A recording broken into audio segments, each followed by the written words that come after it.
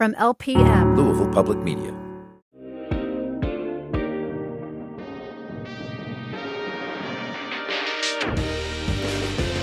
Welcome to On Track. I'm Aisha Jaffer. Across America, regional theaters are facing some of their toughest challenges yet.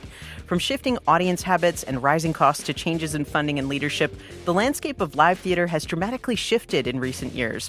And here in Louisville, we've seen those changes up close. The iconic Actors Theater of Louisville, once home to the world-renowned Humana Festival, has gone through major transformations since the pandemic, including the loss of the festival itself, financial struggles, personnel changes. But Actors isn't alone. Other professional theaters in our city are facing big questions about how to evolve, adapt, and keep audiences engaged. We're joined in the studio today by two guests with deep ties to the art scene here. Keith Waits spent more than a decade as the managing editor of Arts Louisville, which covered local visual arts, theater, and music in the city.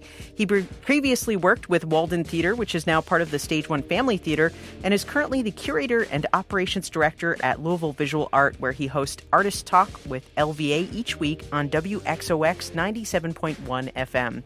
Keith, thanks for being here. Thank you. We're also joined by Tori Parker, Director of Marketing and Communications for Fund for the Arts, a nonprofit dedicated to supporting artistic growth in Louisville. With experience at Actors Theater of Louisville, Chamber Theater, and other institutions, she brings deep insight into the local theater scene. As a playwright, her work has been featured in the National Women's Theater Festival's 2020 and 2021 Fringe Festivals. She's also founding artist of the queer theater collective Three Witches Shakespeare and a former writer for Arts Louisville. Tori, thanks for being on track. Thanks for having me. So, Keith, one of the first things I noticed upon arriving in Louisville is how deeply theater is woven into the city's arts culture. Many people I've encountered have some connection to theater in some way. Am I just in a bubble, or is Louisville truly a theater-centric city with a strong reputation for performing arts? No, I think you're correct about that. And a lot of people have always told me that they thought that the reason there was such a deep roster of theater companies and talent is because of Actors Theater being present here, and that we sort of grew up loving theater, as it were, like at least the last couple generations. Tori, what do you think as well? Yeah, I would agree with that. I mean, when I was at Actors Theater, all the time we would hear that my first theater experience, if you're from Louisville, was seeing Dracula on a student matinee, or going to Actors Theater for some sort of theater engagement, or having artists from the theater come and do a workshop or a New Voices Festival or New Voices workshop at their school. But I think we also, we have the longest running free non-ticketed Shakespeare Festival in the country. We have a lot of professional theater artists that get to live and work here, and they get to get involved in projects beyond just professional things that they'd like to do for passion and for fun as well. So I want to talk about that. Just take a second to talk about what we mean when we say professional theater, because Louisville's home to many independent and semi-professional and community theaters. What do these terms mean? Yeah, so a professional theater company, I think, would be one that has an administrative professionals as well as artists, can employ both. I think that would mean somewhere like Actors Theater and Kentucky Shakespeare would be professional theaters, but places that are more like Pandora Productions, which has an administrative professional, but then hires kind of contracted artists, community members, that would be kind of a semi-professional theater. So there's different tiers as well. For example, Actors Theater uses union artists. They're what's called a LORT stage. Whereas Kentucky Shakespeare does not have a LORT status. So there are just different tiers of how they employ artists and pay artists, and that would be the delineation around professional theater. I don't know if you have other... No, I mean, you have maybe a better sense of that than I do. Reviewing theater is just kind of go and respond to what you're seeing, and what I find is, from personally, a lot of times that line is blurred as to what's professional and what's not professional. You go in a big house like Actors Theater, you go to Kentucky Shakespeare, Stage One, Derby Dinner, you get it that that's a professional house. But at the same time, I have seen productions that just blew my socks off, just in a little postage stamp of a stage, by companies where I don't know if anybody's getting paid, but the passion, as I was always fond of saying, like, if you work a full-time job and then you go rehearse 4 times a week and then you do 2 weekends of performances, you have to really want to do that. And so the level of passion and skill in the non-professional theater has always been so kind of impressive to me in Louisville. So how would you describe the current state of professional theater in Louisville? I think it's pretty good. I mean, Actors Theater has a lot of sort of questions and examination going on in the last few years. Again, lots of changes with pandemic, loss of the Humana Festival, the Apprentice Company. Robert Berry is leaving now, so they're at an important sort of point. Like, what is the new leadership going to be like? What are they going to do? What kind of changes can they bring? But I think the other companies, I think Kentucky Shakespeare is like robust and healthy and run by one of the nicest people in town, Matt Wallace, and Derby Dinner is going through a leadership transition, I think, too now. But and Stage One has merged with Commonwealth Theater Center, which was Walden Theater from many years back, and so. To me, that seems healthy too. That not all the programming, but that the key elements of both companies' programs are surviving. So I'd say it's good.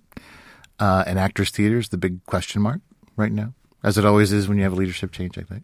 Tori, is there anything you want to add to that?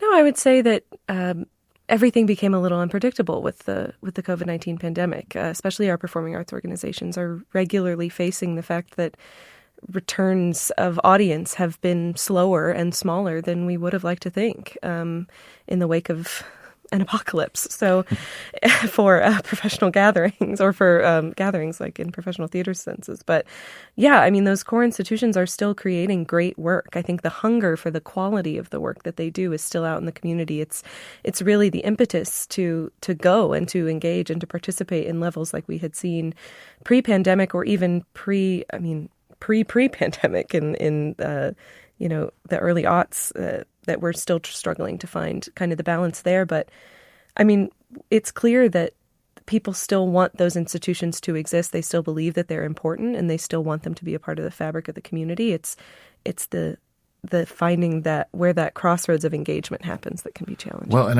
if I may, Tori, it makes it a good point there that a lot of the problems that a company like Actors Theater was facing is very easy to hang them on COVID.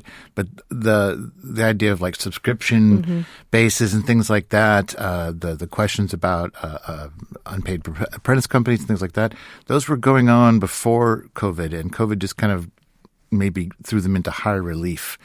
And those discussions became much more urgent. But a lot of the issues that professional theaters are facing were there before 2020.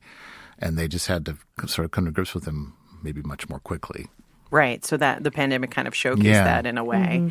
Well, I do want to return to that because I have some questions about those changes. But for years, I want to talk about the one thing when I first arrived here, everybody talked about the Humana Festival of New American Plays that had a major impact here, not just locally, but internationally as well. That helped to shape and elevate Louisville's theater scene. So with its final festival in 2021, what role did it play in defining the city's artistic identity? You were around for a lot more Humana festivals than me. Well, it changed. Well, like anything, it changed a lot. It was huge when it started. Yeah. It was groundbreaking and brought a lot of national and international attention to Actors Theater. You can go back and don't ask me to start listing them all of a sudden, but like the kind of plays that came through there that went to Broadway, that won prizes, that, became very well known, playwrights that became very well known, actors that came through working that became very well known. I watched a play there once, and later on I found out it was and I'm going to forget her name. A famous movie star was in that play. She became famous afterwards, and Julianne Moore was in that play, and I didn't realize it until I looked back at a picture later and go like, oh my gosh, now she's a big movie star. But anyway, but I think, it was struggling. I think at the time that when the pandemic hit, I don't think, a lot of people had copied that model. And so there's a lot of, the questions had become, so everybody, it's easier to get a new play up. Does it get a second production? And the festival spent some time focusing on that, trying to look at plays that weren't new, but that needed that help, that lift to have a future. And then the Humana Festival disappeared, and I believe the reason was because the Humana Foundation was choosing not to fund it anymore. The Humana Foundation, Humana was a local company started by local citizens who wanted to invest in something like Actors Theater Louisville, but then it was sold to a corporation outside of the city, and I don't think they had the same sense of commitment to something like that, and they released a statement saying they were going to shift their focus to funding health and wellness initiatives, which is, hard to argue with that. So what has been the impact of its loss in the city and on theater specifically? I think the thing that I found disturbing about it was that there was a lot of arrows slung at Robert Barry, and I think that there's been to me, a somewhat shocking lack of support for Actors Theater in the wake of all that, as if somehow it had been ruined or tarnished or something. And a lot of people who had spent their lives expressing a lot of support, a lot of lip service to support, maybe going to plays, maybe not, suddenly weren't tuned in at all to what was happening there. Just were completely in the dark about what Actors Theater was doing. And in fact, it became a very common popular narrative that they were doing nothing and that they were basically shut down. People would say that to me, and it was, of course, unfounded. Tori, is there anything you want to add, like how that loss has impacted the state of theater here in Louisville?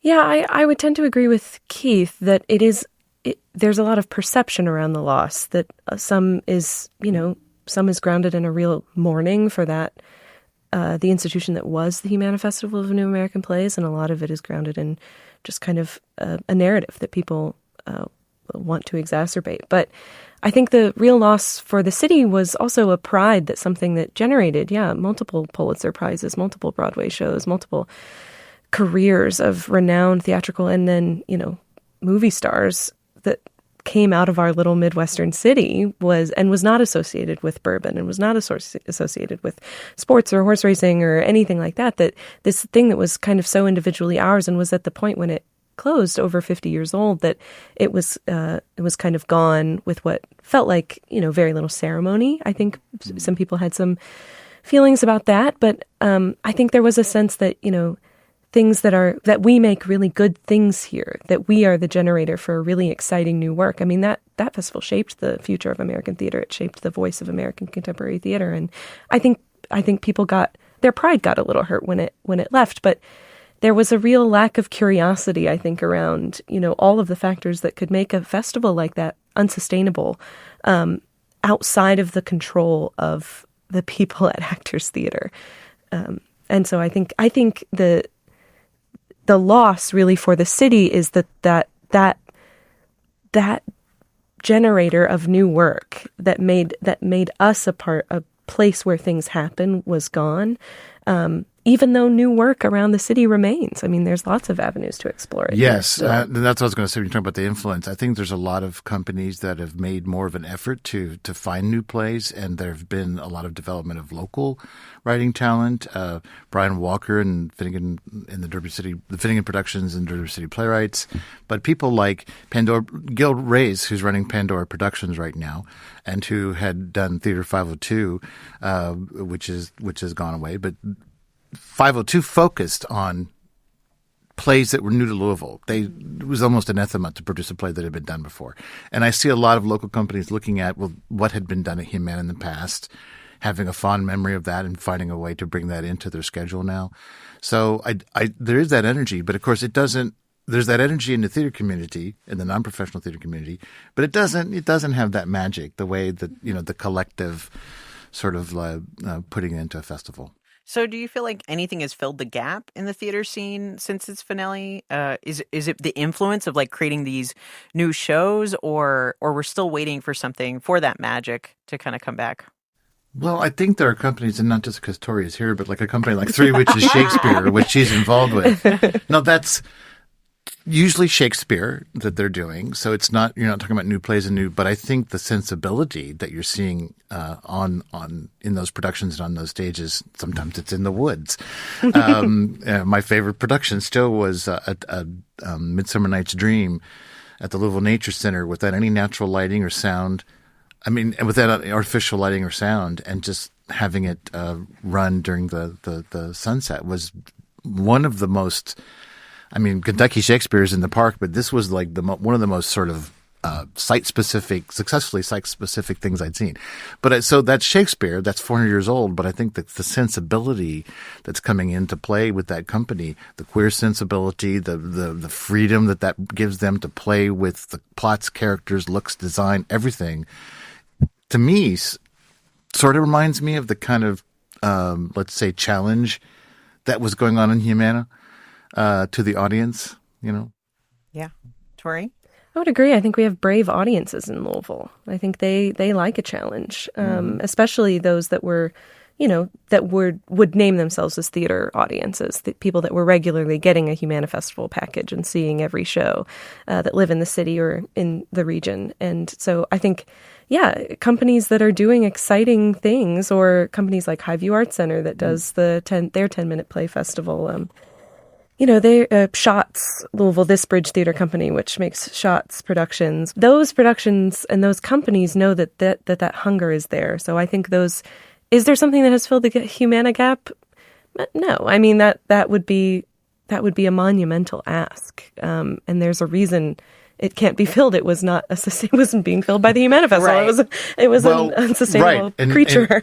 And I think working in nonprofit arts, and I think you might agree that not everything is made to last forever. I mean, Humana came and accomplished something very important for the city and for American theater and for American playwrights, and it had its time to have that impact. And I don't think it was having that impact those last few years. One criticism, though, of the festival was its heavy reliance on apprentices working for low wages, which often favored those who could afford to take that work. Do you think shifts in labor expectations have played a role now in changing theater as an industry here in Louisville? Tori, starting with you. Yes, I'm going to speak to this as a former apprentice who worked at the Humana Festival. The festival could not exist at the time in the way that it was without that labor force, without people working virtually for no money, for kind of an unlimited schedule, in skilled labor jobs, technicians and designers and stage managers, actors. That there was a 40-person workforce that they had at their disposal, and I think changing attitudes around what is an ethical way to employ people absolutely played a part in that conversation around whether that model is sustainable. And the answer is no. It is not ethical to pay someone nearly nothing or not provide housing for them or any of those things. And everyone kind of has always known that. But the issue, I think, then becomes, how then do people get into the field? If you don't have opportunities like an apprentice company to get into working at a professional theater in that capacity or in some kind of capacity, if we don't fill the kind of vacuum that leaves, then how do people gain experience? And is there an ethical way that they can gain experience and get paid and have benefits and things like that? And I think that's the question that is on everybody's minds. Well, in that period of time when people were reacting to the loss of the Humana Festival and the sort of mothballing of the apprentice company, there were people who had said, like, well, I was an apprentice and it was one of the greatest experiences of my life. And people would always tell me, like, it was like going to graduate school. If you came out of that year, you could get hired anywhere. So there was that value to it, but that value to it is, I think, of a previous time and generation. The other thing about the apprentice company that's important to realize that, it was the device upon which the company claimed diversity. It brought a lot of diversity into its apprentice company, but there was not necessarily that same diversity within its administrative staff or its artistic staff, but it gave you the opportunity to put a bunch of diverse faces on stage, full of energy and talent, and then claim diversity. Well, we'll be back in a minute. You're listening to On Track from Louisville Public Media.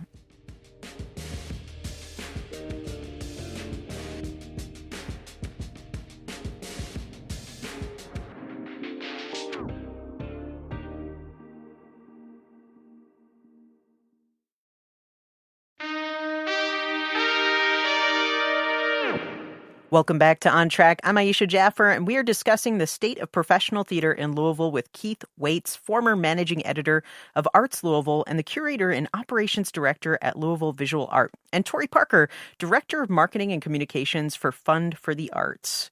So we have talked about Actors Theater, and it has undergone many changes in recent years in addition to the loss, with mass layoffs, restructuring, and now the departure, as we said, of executive artist director Robert Barry Fleming. With all these changes, I mean, what has that meant for the local theater community? Keith, we'll start with you. Well, as I mentioned before, it seems like a lot of the local companies feel emboldened or free now to sort of do certain kinds of things. Like the Dracula has been picked up by a couple different companies, including if I have this correctly, it was the Balderston Dean script, but William McNulty had enhanced it quite a bit. He had his own sort of adaptation of that script, and that's being done by other companies in town now. So I think there's a freedom to sort of claim some of those. Christmas Carol too, people are not that people didn't do Christmas Carol aside from Actors Theater, but I think that they feel sort of emboldened to sort of take up some of those traditions on their own shoulders. Tori, anything to add? Yeah, I think people, like we mentioned before, are exploring ways that they can promote new work and explore their own new work. And I think also Actors Theater has shown that they're really willing to be an incredible community partner. They've been helping and partnering with other community organizations as well as other theaters and being both a venue and a partner. And so I think there's just been a new attitude to how we explore working with Actors Theater and how they explore working with others. That's really exciting. So zooming out a little bit, Tori, looking nationally, there are some recent changes going down with the National Endowment for the Arts and the restrictions on funding for diversity, equity, and inclusion initiatives, as well as the elimination of programs supporting small and underserved arts organizations. How do you see these changes impacting professional theater in Kentucky? Do you think theaters will have to shift their programming or funding strategies to adapt to this? That's a great question. And my answer is I hope not. I think a lot of the changes that these theaters have made have both started long before the, DEI became a buzzword. It became a way to better, theater in itself is an exploration of humanity. And you can't have an exploration of humanity if it's just one white guy. So I think they have been trying to make those changes for a long time. To undo that work would not make sense for how they have now structured themselves. So I'm hoping that they continue to just really explore how their mission aligns with the desires of the audiences that they serve, how it challenges the audiences that they serve. But I absolutely know it's a concern. I absolutely know it's something that we talk to them about at the Fund for the Arts every day. It's, what if this funding doesn't come through again? What if we can't apply for this again? What if we get punished because we've got this in our mission, or that we've made work on this in the past 5 years or the past 15 years? And we find that the best way to work through that, I guess, is to make it part of your actual governing structure, make it part of your bylaws that equity is in fact in everything you do and not just a buzzword or a thing you do a little webinar on every couple of years. Yeah, this demonization of DEI is very troubling. And but I feel sometimes very lucky, a city like Louisville, an organization like the Fund, I think has the right priorities. They have to deal with organizations outside of Louisville and outside of Kentucky too. But I feel like as a community, I think our heart's in the right place. But I don't know what you make of that when you look at somebody like Three Witches Shakespeare or Redline Performing Arts, when they're not. I don't know what DEI is to Three Witches Shakespeare, because their very fundamental core is about diversity and inclusion and equity. There's no. I guess that company is an alternative maybe to other companies, but it's so fundamentally baked into the very concept, whenever it was whoever was the few people that sat in a house somewhere and with a bottle of wine said, let's do this, which is always how it starts. That's how Actors Theater started. That was just fundamentally a part of their thinking. Well, this is a question for both of you, because we've talked about the challenges here with professional theater in Louisville, with the loss of Humana, with the audience changes after the pandemic's challenges in itself. How have you seen Louisville's professional theater scene adapt to these recent challenges? Keith, starting with you. Well, as Tori mentioned, Actors Theater was inviting local companies in. I'm not sure if I can think of everybody. Redline Performing Arts was one of them. Kentucky Shakespeare's did their Importance of Being Earnest in there. And, that to me, I think when I talk about earlier when I said how, a lot of people credit Actors Theater with why there's such a large community of professional, non-professional theater in Louisville, it seems in some ways so correct that Actors Theater should invite other people to come in. And but then there's a criticism that says, yeah, but they're not producing their own stuff and things like that. But I don't know. I think there's, maybe a new leader would look at a nice balance of those things, a way to keep partnering but still have their own robust productions going on. And, Actors Theater actually has a long tradition of bringing companies in from other cities to be on their stages.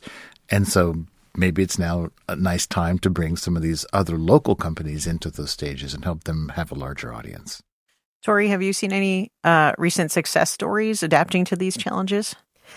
Yeah, I do think that there is a hunger in Louisville for seeing ourselves up on stage, and that very directly means people we know.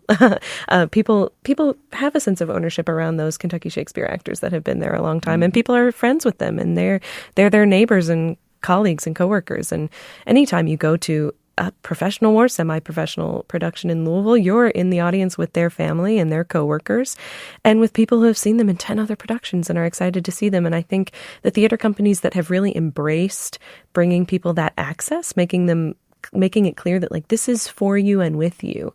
And I think all of the companies in town have really made an effort to do that and have seen it pay off when they are making the community part of the production in all the ways that they can. That is so true. As someone fresh to going to the theater here, so many people knew each other, and it was so beautiful how there's such a strong community. So looking ahead, what's your hope for the future of professional theater in Louisville? What key changes or support do you think it needs to thrive? I think collaboration and shared services are the path forward. If you have someone who is really good at balancing the books, that person's going to be busy all over town. They're going to need to spread the wealth with that knowledge, as well as, that's the way it works now. The same person can work on lights on 10 different productions and make sure that they're being utilized, and we're not gatekeeping things like costumes, props, things that cost cash, making sure those services are shared amongst all of the different people who can utilize them. I think also being responsive to your community, taking note of what they really enjoy seeing. When you take an audience survey, don't just use it for a grant application. Redesign your season around it. Making sure that the responses from the people who are really invested in your work are playing an active part in what you do next. And I've seen that at every theater company, and it's really exciting to me. Keith, thanks for being here. Tori, thanks for both being here on track and talking about the state of professional theater here in Louisville. Thank you so much. Thank you. It was a pleasure. Keith Waits is the former managing editor of Arts Louisville and the curator and operations director at Louisville Visual Art. And Tori Parker is the director of marketing and communications for Fund for the Arts. On Track is a production of Louisville Public Media. The On Track production team includes Michelle Tyreen Johnson, Jacob Munoz, Alex Biscardi, and Laura Ellis. If you're just tuning in and you want to hear the full show, you can find it now at LouisvilleOnTrack.org or in your favorite podcast app. And let's continue the conversation. Is there something you want to hear about, something that matters to your Kentuckiana experience? Let us know by sending a text or giving us a call at 502-814-TALK or send an email to ontrack@lpm.org. I'm Aisha Jaffer, and remember, being kind is free. That's the start of community. Until next time, you're on track with Louisville Public Media. Springtime is just around the corner, and it's not too soon to start planting your garden. Maybe you're wondering if your spot is sunny enough to support sweet peas, how to make your rosebuds abundant, or when to prune your poplar. Ask our master gardeners. Call or text 502-814-TALK. That's 502-814-8255 with your questions for On Track's Spring Gardening Show.